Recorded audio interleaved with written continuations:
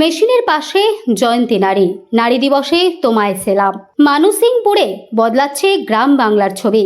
ভোরের আলো ফোটার আগেই ঘুম ভাঙে, রান্না, সন্তান সামলানো, বাড়ির নিত্যদিনের কাজ সবকিছু সেরে সকাল গড়াতেই অন্য এক লড়াইয়ের পথে পা বাড়ান তারা।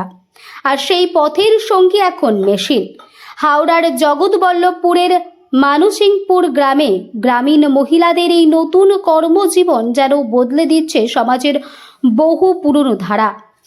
একসময় যাদের জীবন ছিল গৃহকর্মের সীমাবদ্ধ গণ্ডিতে, আজ তারাই কারখানার মেশিন চালিয়ে সংসারের অর্থনৈতিক ভিত মজবুত করছে।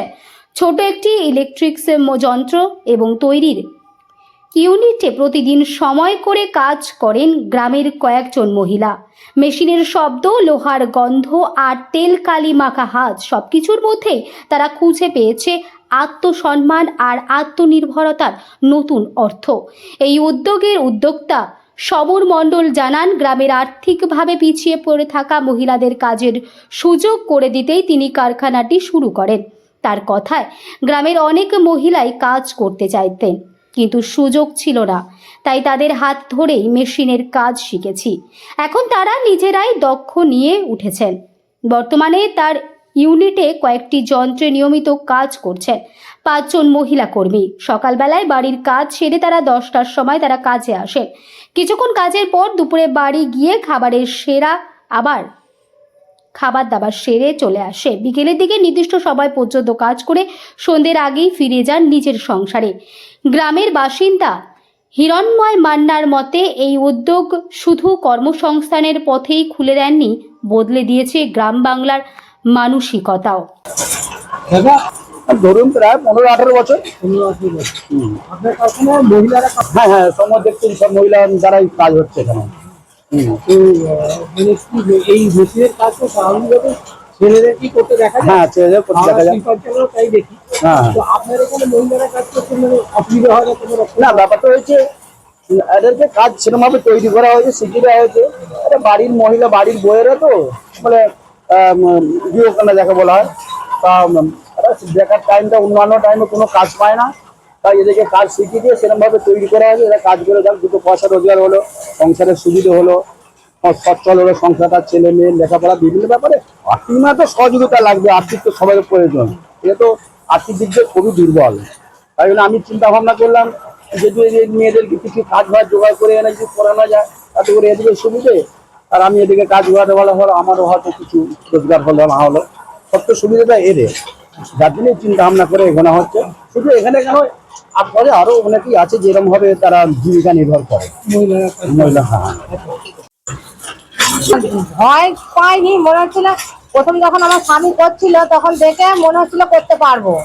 একদিন এমনই অবস্থা হলো, করতে হলো। কেন সেদিনে তখন লোক আসেনি, মালটা যাবে, আমি কি করে দাও, করতে পারবো, সেই থেকেই করছি। আমি 17-18 বছর করছি এটা। না না, হাতে ধরে না, আমি দেখে দেখেই শিখে গেছি। এখন ভালোই লাগে, মনে হয় কাজ না থাকলে বড় অসুবিধা হয়।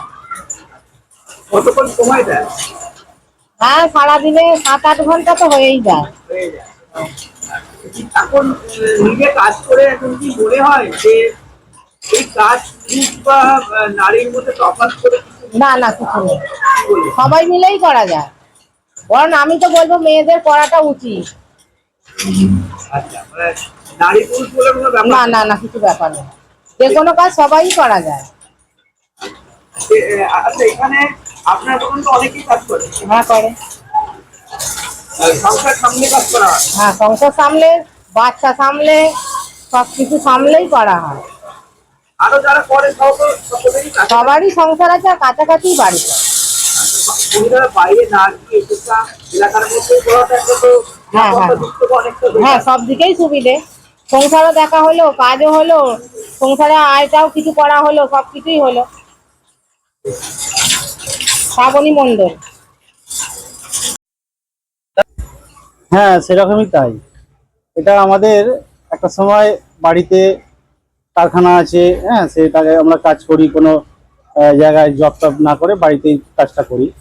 সেরকম পাশাপাশি আমাদের মানে সহযোগিতার জন্য কিছু কাজ আছে, সেটা সহজ কাজ, সেগুলোকে মহিলাদের দিলে তারা পারছে। ট্রেনিং দিয়ে পারছে, যদি শিখে দিলে সেটা পারছে। তো সেই কাজটাই তারা সহযোগিতা করলে আমাদেরও প্রোডাকশন বাড়ছে, সময়ে মালটা দিতে পারছি, ডেলিভারি দিচ্ছি, হ্যাঁ, হাতে হাতে মানে আর কি। হ্যাঁ, যেমন শহর অঞ্চলে যেমন থাকে যে কোনো একটা সেক্টর পাইপে কাজ করে বা শপিং মলে কাজ করে, তাদেরও একটা নিরাপত্তা, বাড়ি ফেরার ঝুঁকি থাকে। কিন্তু এখানে তাই নয়, এখানে বাড়ির মধ্যেই যেহেতু আছে, পাশে একটু থাকে, সেখানে কাজে যেতে হয়, তো সেখানে নিরাপত্তা কোনো বিষয় থাকছে না। সংসারও সামলাচ্ছে এবং পাশাপাশি কাজও করছে, হাতে পয়সাও আসছে, অর্থনীতি চাঙ্গা হচ্ছে, সচ্ছল হচ্ছে। হ্যাঁ, আমাদের এটা অ্যাকচুয়ালি বড়গাছিয়া ইন্ডাস্ট্রিক এলাকা। এখানে বাড়িতে বাড়িতেই এই শিল্প মানে চলে আসছে এবং দেখে দেখে একটা শিক্ষার একটা বিষয় আছে, সেই শিক্ষাটা এটা পেয়েছে সবাই আর কি।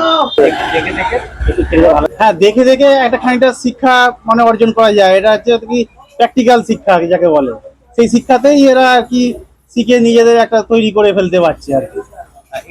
হ্যাঁ, ঠিক তাই, ঠিক তাই, যে একটা পুরুষ যে তার কাজের প্রতি মানে